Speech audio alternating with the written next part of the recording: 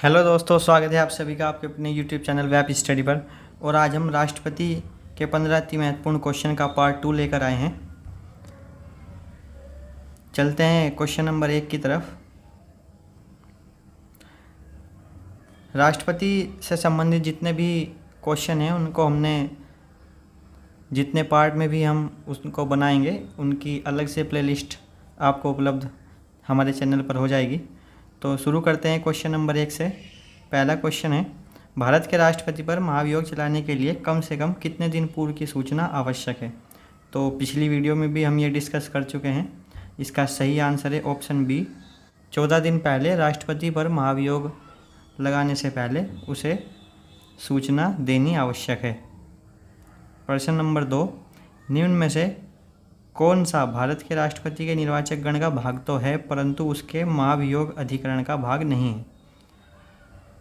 तो इसका सही आंसर है ऑप्शन डी, राज्य की विधानसभाएं, जो कि राष्ट्रपति के निर्वाचन में तो भाग लेती हैं, लेकिन जब राष्ट्रपति पर महाभियोग चलाया जाता है तो वह सिर्फ संसद में ही चलाया जाता है। तो इसी कारणवश राज्यों की जो विधानसभाएं हैं उनके जो एमएलए हैं वे राष्ट्रपति के महाभियोग में भाग नहीं लेते, जबकि उसके निर्वाचन में लोकसभा, राज्यसभा और राज्य की विधानसभा, जिनमें 1992 से 2 केंद्र शासित प्रदेशों की विधानसभाएं दिल्ली और पौंडीचेरी की भी शामिल हैं, लेकिन कोई भी विधानसभा राष्ट्रपति के महाभियोग में भाग नहीं लेती। तो उम्मीद है ये क्वेश्चन आपको क्लियर हुआ होगा। चलते हैं क्वेश्चन नंबर 3 पर। नंबर 3, भारत के राष्ट्रपति के महाभियोग की प्रक्रिया किस प्रकार की है। तो इसका सही आंसर है ऑप्शन ए, अर्ध न्यायिक प्रक्रिया। यहाँ पर संसद और न्यायालय दोनों ही शामिल किए गए हैं, इसी कारण इस प्रक्रिया को अर्ध न्यायिक प्रक्रिया कही गई है। ना ही यह केवल विधायी प्रक्रिया है और ना ही केवल न्यायिक प्रक्रिया है। यहाँ पर संसद और सुप्रीम कोर्ट दोनों ही कोई ना कोई योगदान देते हैं। तो चलते हैं प्रश्न नंबर 4 पर।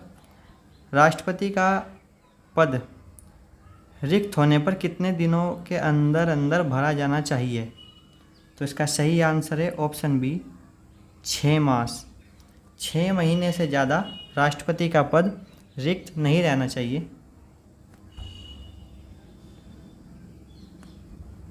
प्रश्न 5, उपराष्ट्रपति राष्ट्रपति के रूप में कार्य कर सकता है, यह शक्ति संविधान का कौन सा अनुच्छेद प्रदान करता है।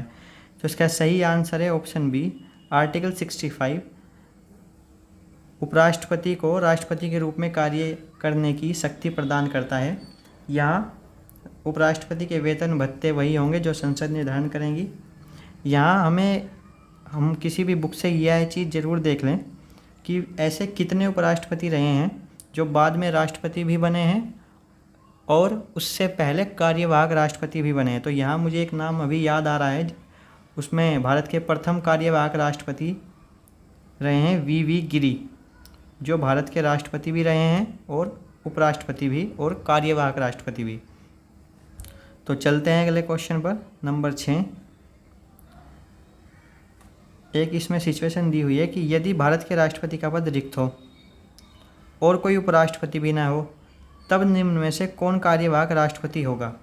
तो इसका सही आंसर है ऑप्शन डी, भारत के सर्वोच्च न्यायालय के मुख्य न्यायाधीश राष्ट्रपति और उपराष्ट्रपति की अनुपस्थिति में भारत के राष्ट्रपति के कार्य संभालते हैं।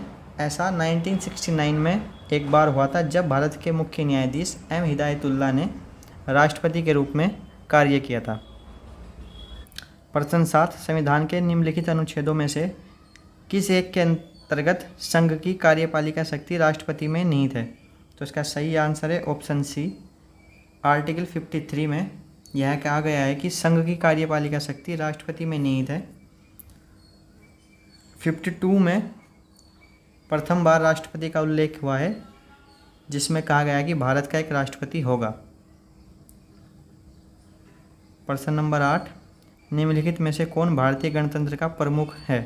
तो इसका सही आंसर है ऑप्शन ए, राष्ट्रपति भारतीय गणतंत्र का एक प्रमुख होता है और इसे ही भारत का प्रथम नागरिक भी कहा गया है। प्रश्न नंबर 9, किस संशोधन द्वारा राष्ट्रपति कोई भी मामला मंत्रिपरिषद द्वारा पुनर्विचार किए जाने के लिए वापस भेजने का अधिकार दिया गया है। तो इसका सही आंसर है ऑप्शन डी। 44वें संविधान संशोधन 1978 में यह प्रावधान किया गया था मोरारजी सरकार के समय कि राष्ट्रपति किसी विधेयक पर एक बार मंत्रिपरिषद को पुनर्विचार के लिए वापस भेज सकता है, परंतु यदि मंत्रिपरिषद पुनः वो प्रस्ताव या तो संशोधन के बाद या एज इट इज़ राष्ट्रपति के पास भेज दे, तब राष्ट्रपति को वह विधेयक पास करना ही होता है, अर्थात उस पर हस्ताक्षर करना राष्ट्रपति की मजबूरी बन जाता है। तो चलते हैं क्वेश्चन नंबर 10 पर। राष्ट्रपति लोकसभा को कब भंग कर सकता है? तो इसके ऑप्शन हैं प्रधान न्यायाधीश की अनुशंसा पर, लोकसभा की अनुशंसा पर, मंत्रिमंडल की अनुशंसा पर या राज्यसभा की अनुशंसा पर। तो इसका सही आंसर है ऑप्शन सी, केंद्रीय मंत्रिमंडल की अनुशंसा पर राष्ट्रपति को यह अधिकार है कि वह लोकसभा को भंग कर सकता है, लेकिन ऐसा वह अपने मंत्रिमंडल के अनुशंसा या सलाह पर ही करेगा। चलते हैं क्वेश्चन नंबर 11 पर। लोकसभा और राज्यसभा की संयुक्त बैठक किस अनुच्छेद से संबंधित है? तो इसका सही आंसर है ऑप्शन सी, आर्टिकल 108 में लोकसभा और राज्यसभा की संयुक्त बैठक का प्रावधान किया गया है और इस बैठक की अध्यक्षता लोकसभा के अध्यक्ष द्वारा की जाती है। क्वेश्चन 12, भारत के राष्ट्रपति ने जिस एकमात्र मामले में अपनी वीटो की शक्ति का प्रयोग किया था? राष्ट्रपति के पास अनेक विधायी शक्तियाँ हैं, जिनमें से एक शक्ति है वीटो, या उसको हम जेबी वीटो भी बोलते हैं। यहाँ राष्ट्रपति को, भारतीय संविधान में राष्ट्रपति को किसी भी बिल को पास करने की कोई समय सीमा का निर्धारण नहीं किया गया है।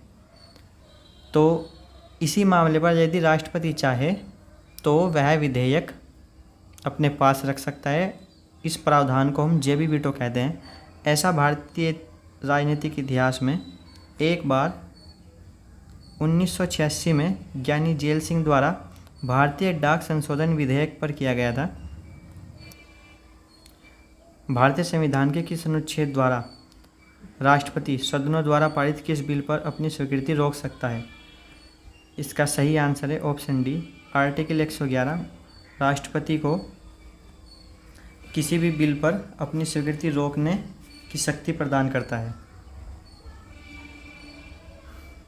क्वेश्चन 14, निम्न में से किस विषय पर राष्ट्रपति के लिए मंत्रिपरिषद की सलाह लेना आवश्यक नहीं है? तो इसका सही आंसर है ऑप्शन बी, विधेयकों की स्वीकृति के लिए राष्ट्रपति बाध्य नहीं है। अभी हमने जाना राष्ट्रपति के पास वीटो पावर दी गई है, तो वह चाहे तो विधेयक पर साइन करे या ना करे, जबकि संविधान संशोधन, लोकसभा को भंग करना, विदेशों में राजदूतों की नियुक्ति करने के लिए यह मंत्रिपरिषद की सलाह पर निर्भर है।